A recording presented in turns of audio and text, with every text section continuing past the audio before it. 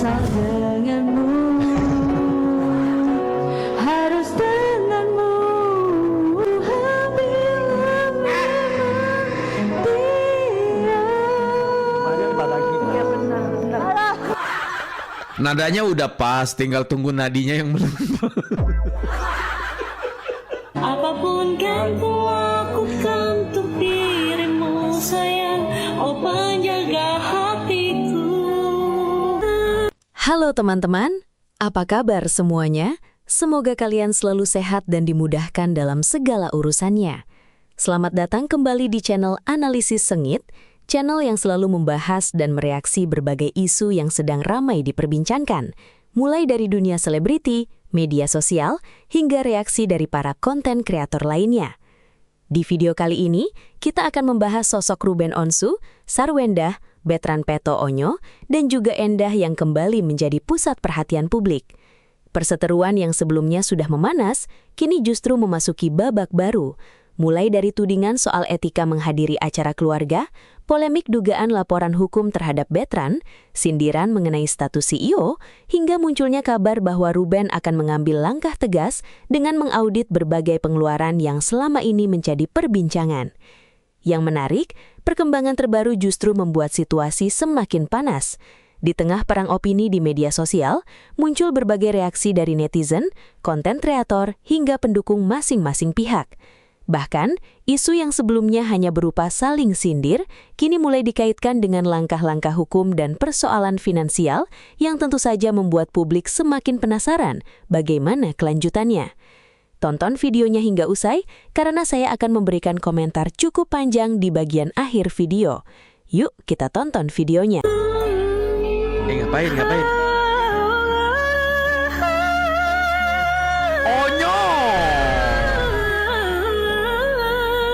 Onyo berjuang sendiri. Netizen kalau komentar nggak ada akhlak lo pada ya. Maaf ya, saya baca caption ya guys ya. CEO gadungan nggak tahu malu nyelonong tanpa izin. Oke. Saya bilang udah bun, saya yang urus semuanya. Oke ya, ya gini ya oke. Tapi datanglah tamu itu datang ke acara anak saya yang notabene kan bukan orang lain. Dia adalah hubungan spesial dengan ibunya. Dan itu acaranya acara saya, anak saya dan ibunya. Kalau dia punya malu, harusnya kalau lu mau ketemu selesai acara, boleh. Iyalah. Lu bisa datang ke acara itu tanpa ada rasa malu. Berarti dia nggak punya malu ya bang ya? Easy. Aduh, CEO kena pentung. Oke, kita update dulu guys ya. Ini sekarang kita mau Besok juga gue inilah, kalau mau makan jangan di rumah lah. Makam Syekh atau ke Gunung Kawi lah, ke sana lah. Numpang makan gue. Ya bang ya.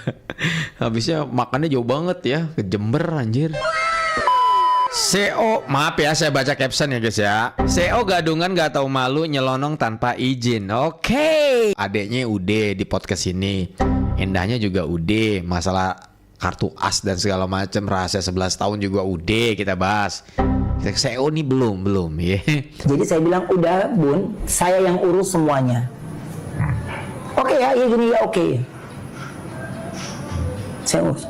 Tapi datanglah tamu itu datang ke acara anak saya yang notabene kan bukan orang lain. Dia adalah hubungan spesial dengan ibunya. Dan itu acaranya acara saya, anak saya dan ibunya. Kalau dia punya malu, harusnya kalau lu mau ketemu selesai acara, boleh. Iyalah. Lu bisa datang ke acara itu tanpa ada rasa malu. Berarti dia nggak punya malu ya bang ya? Easy. Marah saya karena ini waktu gue sama anak gue cuman berapa jam sih ulang tahun di mall? Oh yang di mall itu ya berarti? Berapa jam? Iya. Itu balet bukan sih? Jadi menurut saya gini, udah. Itu ya. Kalau itu membuat lo ngerasa diri lo sehebat, ya insya Allah, gue nggak takut. Tapi kalau ini mau redam, diam. Dan jangan sentuh anak gue. Karena dia ada bapaknya. Dengerin, diem lo, kata dia. Lu mau dipentung lo. Izin. Kalau gua, ya,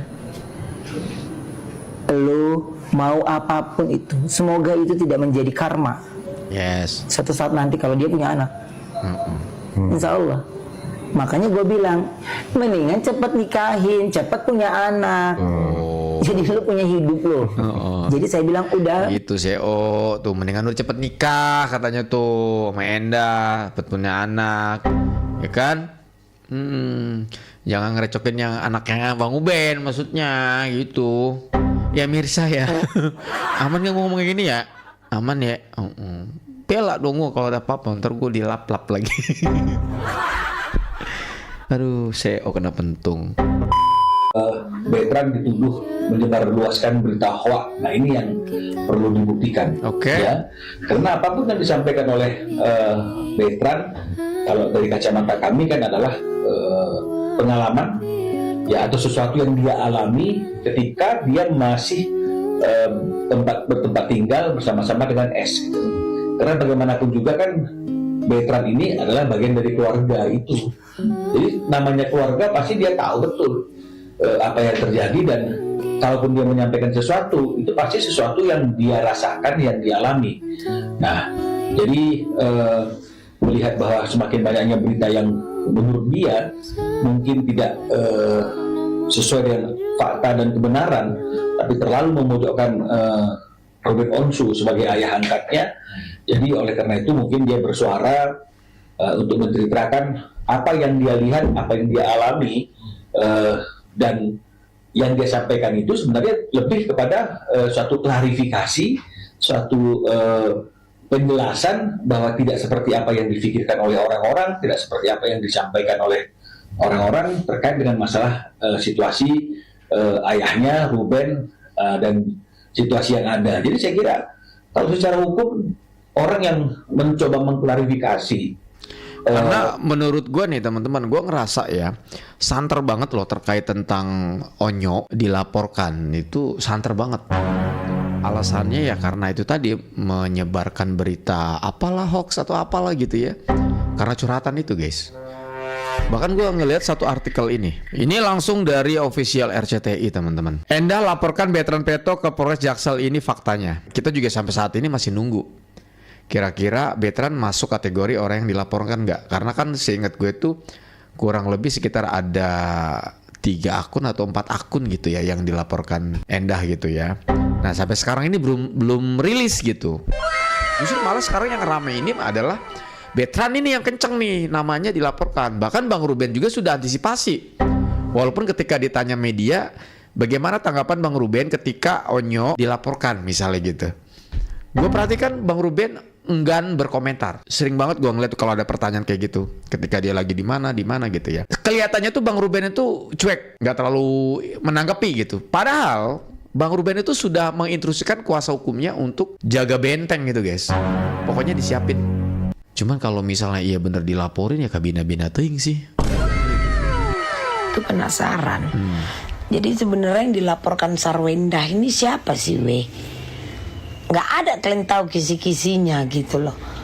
Terus yang buat aku penasaran ini kan ada isu soal Gunung Kawi ya, yang bedukun-bedukun itu. Kenapa yang bedukun dibawa-bawa? itu siapa maksudnya? Si Ruben apa si Sarwendah? Orang ini bedukun mau ngapain? Mau lahiran? Lahir. Atau Sarwendah waktu mau lahiran pergi ke dukun atau kayak mana? Bisa di sana aku numpang jualan kambing. Cak kalian komen dulu. Jadi yang dilaporkan Sarwendah ini siapa? Siapa gitu loh. Karena agak kotor otakku. Apa jangan-jangan ini cuman nakut-nakuti Sarwendah aja. Maksudnya dia cuma nakut-nakutin aja yang ngebahas dia gitu loh. Iya, Biar iya, pada iya. nggak ngebahas dia lagi gitu. Bisa jadi Karena ya. nggak ada kelanjutannya kan. Iya kan? Iya juga sih, masuk akal yang dia omongin. Sampai saat ini belum ada kelanjutannya. Tetapi kemarin ketika ditanya infotainment intens kalau nggak salah ya, ada pihak kepolisian bahwa benar adanya Endah itu melaporkan kan gitu beberapa akun. Tapi sampai sekarang itu belum ada itu. Akhirnya netizen menyimpulkan ini berdasarkan analisa netizen gitu loh ya, kayak Simba ini gitu loh ya. Jangan-jangan tuh cuma nakut-nakutin aja supaya stop gitu ya. Ya ngebahas dia terus. Lah bukannya artis mah senang kalau udah dibahas ini ya. Algoritmanya tambah naik kan. Seneng gak sih guys? Cuman kan kadang-kadang suka lucu ya. Pengen yang dibahasnya yang bagus-bagus mulu. Ya nggak bisa gitu juga ya. Katanya ini kompornya harganya 1 miliar ya mas? Aduh nggak tahu deh, reward buat diri sendiri lah. Salon lah. Ada salon guys di rumahnya bunda. Oh my lord. Wah guys, ini kita udah ke lantai atas. Ternyata ada kolam renangnya di atas guys. Ada. Luas banget. Katanya ini kompornya harganya 1 miliar ya mas? Ya, coba komentar netizen. Duit dari Ruben. Kamar dupa di sebelah mana? Hei. Lo langsung komentar kamar dupa aja. Tapi kok Ruben nggak tahu ya kalau Endah tuh ke Gunung Kawi? Yakin bikin rumah duit siapa sih? Punya Endah, rumah Endah itu rumah Ruben, woi. Saya salah satu pendukung Wenda. Kenapa? Ada yang keberatan? Enggak, Panas. enggak, Panas kalian. enggak. Kipas. Kipas dong. Pakai AC. Kalau udah nggak sanggup lagi kipas memadamkan hujatan kalian itu, yang tidak punya hati nurani itu, aku kasih saran. Apa? Langsung aja kalian terjun ke laut. Semuanya pendukung si tukang hujat yang tidak punya hati nurani. Pendukung si tulang lunak dan juga anak pungut. Ngomong tukang hujat lu, ngomong manggil orang tulang lunak lu. Lu juga ngujat tuh. Lu itu. Sebenarnya kita tuh nggak panas, kagak ngeliat lu kagak. Muak gue iya. Katanya dulu gak bisa bedakan cong dan laki. Nyatanya ngelahirin dua putri. Katanya CEO tapi kerja live promosi kutang. Katanya CEO tapi kerja di rumah mantan suami si pacar. Mungkin saja CEO PT Freeport kadang free kadang repot. Mungkin saja. Enak juga lagunya. Gue gak tahu aman kan nih ditayangin guys ya. Lagu CEO ya. Wenda ini ya magadir banget, the real magadir, emak-emak gak tahu diri. Udah dikasih uang per bulan 200 juta per bulan, segala lu jelek-jelekin. Dan ini itu dia tuh tetap dikasih kan walaupun udah cerai. Panggilannya Magadir dong sekarang. Ada pengakuan mantan ART, klaim Sarwendah jutek di belakang kamera. Ingat ya guys, apapun yang ditampilkan oleh seorang public figure atau seorang artis di sosial media, yaitu yang baik-baiknya. Karena itu hanya personal branding yang mereka bangun di sosial media atau hanya gimmick semata. Belum tentu di belakang kamera mereka juga bisa bersikap baik. Ya normalnya manusia aja, kadang berbuat baik, kadang berbuat buruk. Tapi anehnya, kok ada yang bilang Sarwendah sebagai ibu peri? Kok bisa? Sekarang kita semua tahu sifat aslinya Sarwendah. Di mana sosok ibu perinya? Lebih cocok disebut sebagai ibu grandong. Lu bang, lu nanti diamuk lu bang sama mak-mak tadi yang bibirnya lipstiknya merah banget tuh bang. Udah kayak penggarangan lu bang, lu manggil grandong nggak boleh gitu bang. Enggak enak kuahnya Emang menurut lu brand-brand gede yang masuk itu siapa? Gua yang mintain buat TikTok. Sorry banget nih. Ya mereka gara-gara ada apa? Gara-gara ada guanya. Satu gue bilang grupnya Kom ya. Kalau misalnya emang semuanya ada subsidi, gue nggak usah live lagi. Bilangin. Gue yang bilang. Wow, brand-brand gede tuh cuma ada gua. Keren ya. Nama besar ya. Kalian tahu itu gua yang. Sekarang brand tinggal berapa sih? Ada berapa brand yang masih kerjasama? Ya bagus, berarti hebat sesuai dengan omongannya. Yang jadi pertanyaan gue sekarang brand ada berapa yang masih kerjasama sama dia? Logikanya kalau brand masih kerjasama sama dia pastinya kan tiap hari posting dong. Ini kan udah berapa hari nggak posting, berarti brandnya? Enggak, komen Kasa Bunda, kalau emang nggak disubsidi, udah kita nggak usah live lagi aja, nggak apa-apa, ya. Nggak apa-apa banget kok, hidup gue nggak ada di sini beneran ya. 2 tahun yang lalu sebelum gue Januari mulai live itu juga gue live cuma mau live produk gue doang kok sebenarnya. Ya cuma mau iseng-iseng karena anak gue udah masuk sekolah, udah selesai pandemi. Stop. Kita Kita mau lihat penonton. Si paling-paling, wow, brand kalau bukan gue. Ini nggak salah penontonnya 130 orang. Nggak salah. Masa ngomongnya tinggi banget tadi. Ini yang nontonnya, gue mah yang nontonnya lihat ini. Kelihatan nggak? 130 orang yang nonton. Kalau dia ngomong gitu yang nontonnya 100.000 sih gitu ya, oke lah gitu. Cocok gitu ya. Kayak Bunda Korla lah gitu ya. Penontonnya nggak pernah dikit, Bunda Korla tinggi terus gitu. 130 orang. Dia lagi ningin diri sendiri. Teman-teman tahu nggak apa perbedaan dari fansnya Sarwenda Gio dan Ruru? Kalau fansnya Sarwenda Gio boleh dilihat rata-rata orang yang cerdas, orang yang berpendidikan, dari cara berkomentar menurut aku orang yang berkelas banget ya, boleh dilihat dari akun-akunnya. Beda dengan fansnya Ruru, rata-rata itu suka maki, suka menyerang orang secara personal, dan juga pastinya bahasa-bahasa kebun binatang sering dipakai ya. Itu perbedaan. Nggak ada perasaan yang ada kebun-kebun binatang. Malah tadi gue ngeliat emak-emak si Lamborghini, yang bibirnya merah kayak penggarangan, malah ngeri banget mulutnya. Cair berapa bang? Sehat selalu Ruben Onsu. Ya, semakin disindirin penggemarnya atau fansnya Ruben, semakin ikut komen di sini. Cair berapa? Kalau memang bener penggemarnya banyak ya, yang masalah cancel itu. Ketika buka web itu, yang satu dukung Endah, yang satu cancel kan gitu. Dibikinnya itu malah duluan yang mendukung. Tapi sudah 6 hari itu mentok di 4.884 kalau nggak salah itu. Nah di link yang satunya itu cancel. Dibuat kalau nggak salah tuh gua tag video pada saat itu tuh baru 2 hari yang lalu. 6 hari yang lalu cuma 4.800. 2 hari yang lalu udah 40.000. Logika akal sehat itu udah bisa dibaca. Oh ini penggemarnya lebih banyak Uben gitu.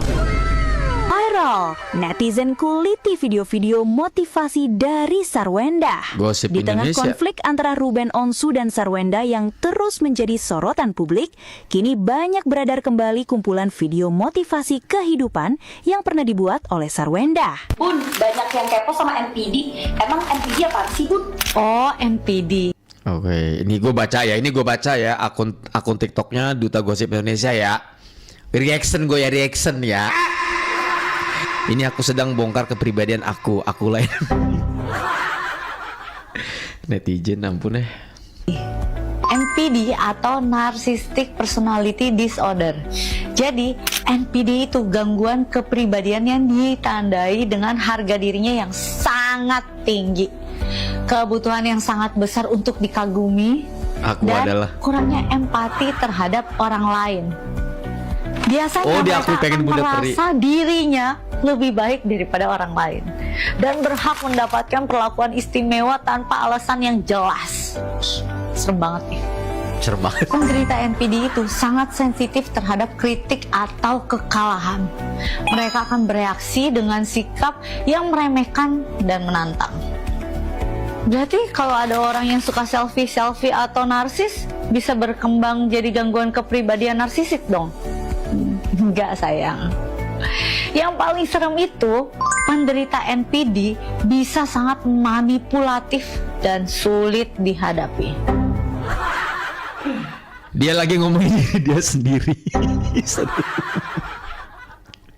Oh ternyata lu sendiri. Netizen Indonesia harus tahu ya.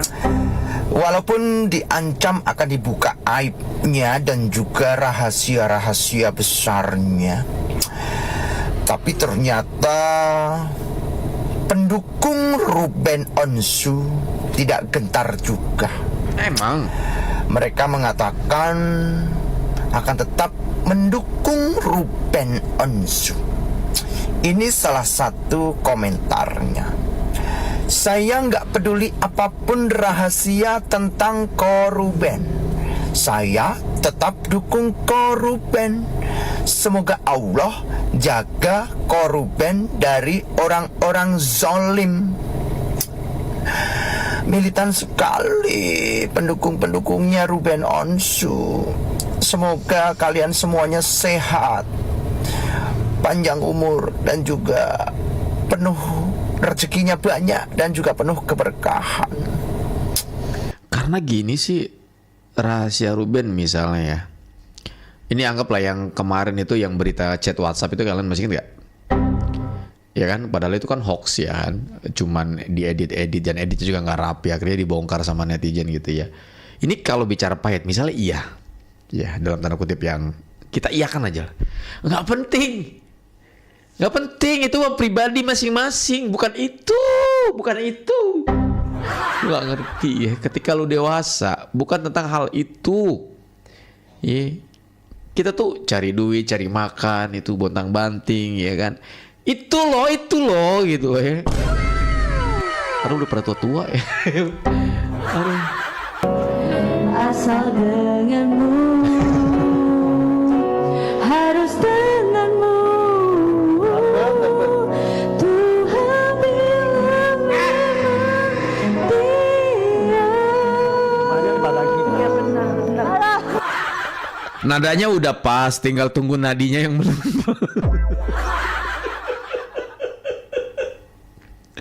Pakai tepung apa kagak? Ups, cuman ya kita bagosip lagi dan terus bagosip lagi. Ada babak baru yang paling hot nih yang akan dilakukan oleh si Onsu.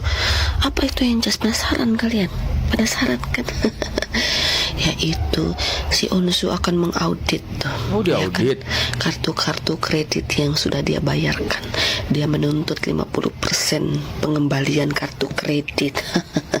Ini adalah langkah skakmat, ya, langkah yang luar biasa diambil si Ruben, langkah yang sangat tega banget. Saking jengkelnya si Onsu kan, saking tidak bergunanya si Onsu dibikin sama si Endah kemarin-kemarin, ya kan. Sekarang dia akan mengambil langkah tegas. Di mana Eda-Eda itu yang sering teriak-teriak itu? Gara-gara mulut si Eda-Eda itu juga ini yang bikin si Onsu geram, ya kan. Kasihan mereka. Pendukungnya teriak-teriak, tulang lunak nggak berharga, dia bilang sama si Onsu. Ujung-ujungnya si Onsu akan mengaudit semua pengeluaran itu yang dikasih sama si Endah. Bagus itu. Ini adalah langkah yang tepat. Ayo Eda-Eda berkicau lagi kalian. Biar si Onsunya tambah ini apa namanya tuh, tambah wow lagi tentang jalan-jalan yang diambil. Cepat. Enak banget ya, apa-apa anak gitu ya. Tol juga anak. Ampun. Judi, iya, kamu Judi, kenapa masih mau cuap-cuap? Masih mau buka aib-aib kakaknya? Masih mau spill rahasia? Masih mau spill aib kakaknya sendiri? Ingat, kamu sedang dipantau. Ya, seketika kamu ingin membuka aib kakakmu atau men-spill salah satu aib kakakmu, kamu bisa melawan hukum dan bisa dilaporkan. Iyalah. Jadi jangan merasa kamu paling kuat. Ya, kamu tahu segalanya. Ingat, ya, sebelum kamu menjadi sekarang, ya, kakakmu berusaha lebih keras dan bekerja keras untuk bisa kamu jadi sekarang. Boleh ya? Cool banget. Aku sepil cara duduknya CEO ya. Oke, coba. Biar satu sama ya. Oke.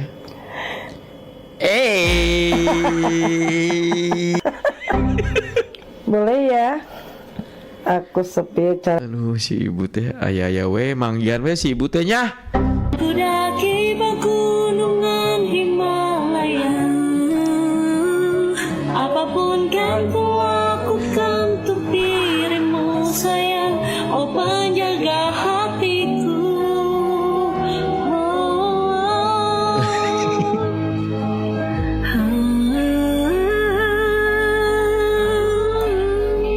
Ngapain? Onyo.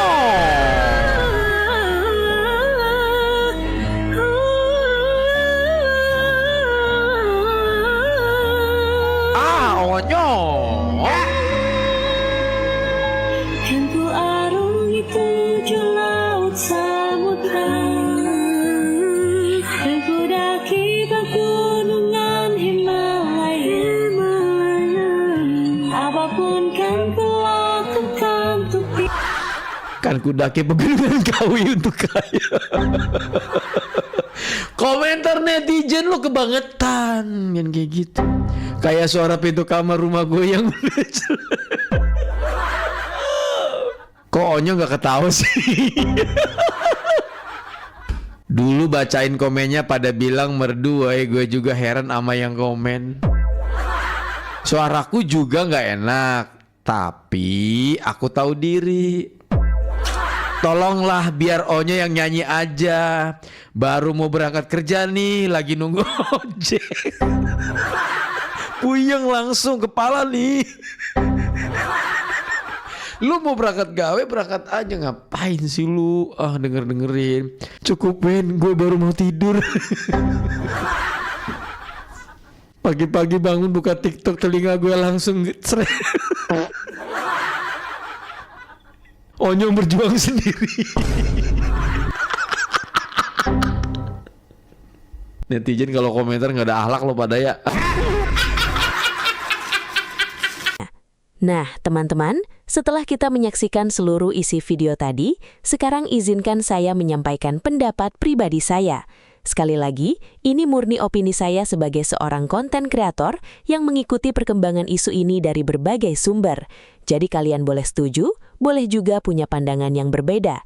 Justru saya senang kalau nanti kita bisa berdiskusi sehat di kolom komentar.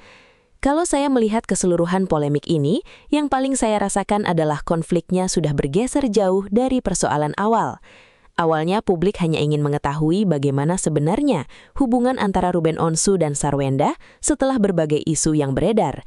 Namun semakin hari, yang muncul justru semakin banyak sindiran, saling membalas pernyataan, dugaan, asumsi, hingga berbagai narasi yang dibangun oleh banyak pihak. Akibatnya, masyarakat semakin sulit membedakan mana informasi yang benar-benar berdasarkan fakta dan mana yang hanya berupa opini atau interpretasi dari masing-masing pihak. Menurut saya, setiap orang tentu memiliki hak untuk memberikan klarifikasi. Itu adalah hak semua orang. Tetapi ketika klarifikasi tersebut mulai direspons dengan klarifikasi baru, lalu muncul lagi reaksi dari pihak lain, kemudian dibahas lagi oleh konten kreator lain, akhirnya persoalan ini seperti tidak memiliki ujung. Yang menang bukanlah kebenaran, melainkan algoritma media sosial. Saya juga memperhatikan bagaimana nama Betran Peto ikut terseret semakin jauh ke dalam konflik ini. Terlepas dari benar atau salahnya apa yang disampaikan, saya pribadi merasa anak seusia Betran seharusnya tidak terus-menerus berada di tengah pusaran konflik orang dewasa. Beban mental yang harus ditanggung pasti tidak ringan. Apapun yang dia ucapkan akan dianalisis, dipotong, dipelintir, bahkan dijadikan bahan perdebatan baru. Padahal setiap ucapan seseorang bisa saja lahir dari pengalaman pribadi yang belum tentu dimaksudkan untuk menyerang siapapun. Hal lain yang menurut saya cukup menarik adalah bagaimana media sosial sekarang begitu mudah membentuk opini publik. Kadang seseorang baru berbicara beberapa detik saja, sudah langsung muncul ribuan komentar yang seolah-olah sudah menyimpulkan siapa yang benar dan siapa yang salah. Padahal kita semua tidak hidup bersama mereka. Kita tidak mengetahui apa yang benar-benar terjadi di balik layar. Yang kita lihat hanyalah potongan-potongan informasi yang sudah dikilih untuk dipublikasikan. Kemudian soal sindiran mengenai status CEO, jumlah penonton live, kerjasama dengan berbagai brand, hingga saling membandingkan pencapaian masing-masing, menurut saya justru membuat substansi persoalan semakin kabur. Publik akhirnya lebih fokus pada ejekan daripada inti masalah yang sebenarnya sedang diperdebatkan. Saya pribadi kurang setuju kalau ukuran keberhasilan seseorang hanya dilihat dari jumlah penonton live atau banyaknya brand yang bekerja sama. Dunia digital sangat dinamis. Hari ini seseorang bisa viral, besok saja bisa sepi. Hari ini satu brand datang, bulan depan bisa berpindah ke kreator lain. Itu hal yang sangat biasa dalam industri konten. Karena itu menurut saya terlalu berlebihan kalau semua itu dijadikan ukuran mutlak untuk menilai kualitas seseorang. Begitu juga ketika ada pihak yang mulai membawa-bawa pendukung masing-masing. Saya rasa para pengandar seharusnya tidak perlu saling menyerang. Justru yang sering memperkeruh suasana adalah komentar-komentar dari orang yang sebenarnya tidak tahu duduk persoalan, tetapi merasa paling memahami semuanya. Akibatnya ruang diskusi berubah menjadi ajang saling menghina. Yang juga membuat saya prihatin adalah semakin banyak istilah-istilah yang bernada merendahkan digunakan dalam perdebatan. Menurut saya, ketika seseorang sudah mulai menyerang pribadi lawannya daripada membahas substansi persoalan, biasanya itu menandakan bahwa diskusinya sudah tidak sehat lagi. Pada titik itu, siapapun yang berbicara akan sulit didengar, karena perhatian publik sudah beralih kepada drama, bukan lagi isi pembahasannya. Kalau memang benar nantinya ada langkah hukum atau audit seperti yang ramai dibicarakan, saya berharap semuanya ditempuh melalui jalur yang benar. Jangan hanya menjadi bahan konsumsi media sosial, karena ketika sesuatu sudah masuk ranah hukum, yang dibutuhkan adalah bukti, bukan asumsi. Yang dibutuhkan adalah fakta, bukan narasi yang dibangun berdasarkan emosi. Saya juga melihat satu hal yang cukup menarik. Setiap kali konflik seperti ini muncul, hampir semua pihak sebenarnya mendapatkan perhatian publik. Konten kreator mendapatkan penonton, media mendapatkan berita, akun gosip mendapatkan interaksi, sementara netizen mendapatkan bahan diskusi baru. Yang justru paling dirugikan bisa jadi adalah hubungan antar manusia yang sebenarnya jauh lebih penting daripada semua angka tersebut. Kalau saya berada di posisi siapapun yang sedang berselisih, saya mungkin akan mulai mengurangi komunikasi melalui media sosial. Tidak semua hal harus dijelaskan kepada publik. Ada kalanya diam justru lebih menyelesaikan masalah daripada terus membalas setiap tudingan. Memang tidak mudah, apalagi ketika nama baik dipertaruhkan.